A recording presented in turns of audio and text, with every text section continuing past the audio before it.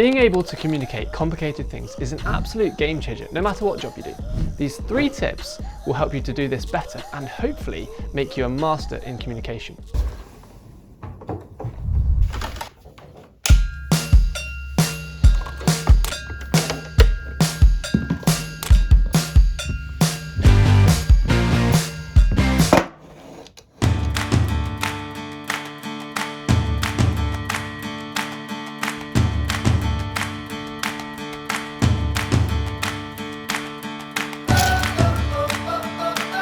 Hey there, my name is James Nightingale and I've been working as a project manager for the past 2 years, and I also have a master's degree in mechanical engineering.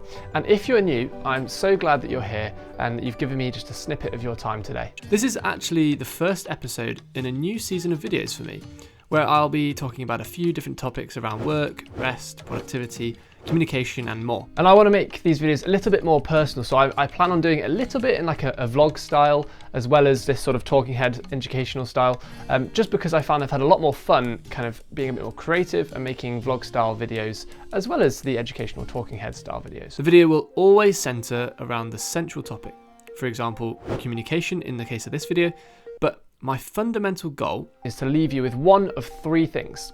Number 1, I would love it if you could leave on my videos having learned something new. I would also love it if you felt inspired, maybe to take action. And number 3, ultimately, I just want you to feel entertained when watching some of my videos. So if you come away at least with one of those 3 things, then I know I've done a good job. So with all that being said, let's get to tip 1. Tip 1, know your audience. Understanding an audience is fundamental to communication because everything you prepare flows from the question, who am I sharing this information with? Ask yourself some of these questions, such as what level of experience do they have? What level of education do they have? What personality style do they have? What level within the business are they? Are they, quite junior within the business, or are they like a senior stakeholder and having millions of meetings all the time and therefore don't need to know all the details? For me, I come at this with my project management hat on. So I have to run a steering meeting every week with some senior members of the client, and I know that these people are very high up within the business. They have a very high arching view of their overall business. They're very experienced people.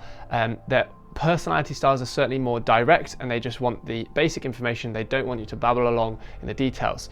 And for me, whenever I'm preparing information for the steerco, I filter all of that information through the facts that I know about my audience. And this just helps me to prepare much more effectively to then explain these complicated things that I might have to share with the team. So always ask yourself, who am I communicating with?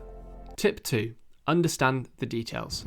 I was going to do one of the points out here, but it's so unbelievably windy, so I think I'm going to do it inside. Oh my goodness, it is very, very windy out there. I'll show you some of the clips. It's insane. In order to understand something that is complicated, in order to communicate it to someone else, you first need to get into the details of that topic. This is best explained by using a recent example of mine. So I had a quotation back from a supplier recently, and I knew I needed to present that solution to the client.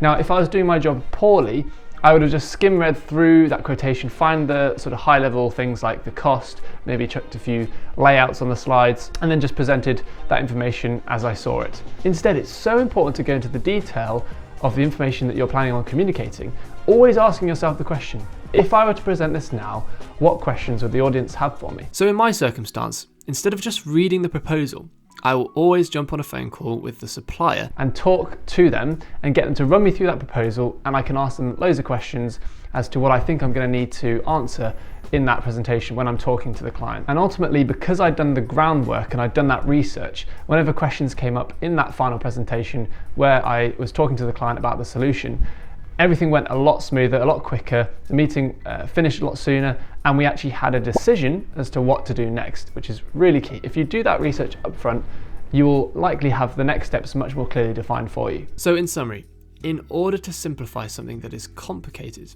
you first need to dive into the detail. So as you can probably tell, I'm still trying to figure out the whole style of this new episodic videos that I'm going to be making. Anyway, I'll get into the 3rd tip now. Step 3. Simplify. So now you understand who your audience is, you've dived into the detail of the topic that you're going to communicate. You now need to simplify all that detail around a central message. So in my proposal example, I knew I could use 3 sort of different strands to communicate my message as simply as possible. And you can probably apply these 3 points to whatever you're communicating as well. Number 1 was visuals. So I took the 2D CAD layout of the equipment. I also took a few videos and photos from the website and that the supplier had sent me in order to communicate exactly what the solution was. And it may be an overused phrase, but a picture really does paint 1,000 words. And if a picture paints 1,000 words, then a video paints 5,000 words. So always, always, always, if you have a video or a photo available, use that instead of text every time.